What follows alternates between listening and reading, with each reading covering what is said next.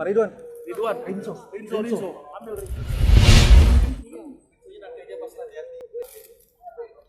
Setelah dites sabunnya dulu. Ya dites dulu.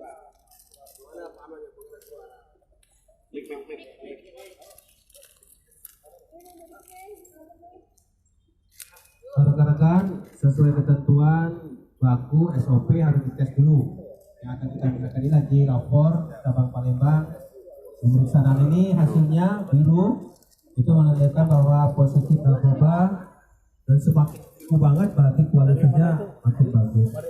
Yang ini kasus yang mana? Yang 2 kilo, yang 3 kilo, yang tersangkanya meninggal aja situ. Selanjutnya barang bukti dari tersangka Samsul Abidin, barang bukti 2 kilo.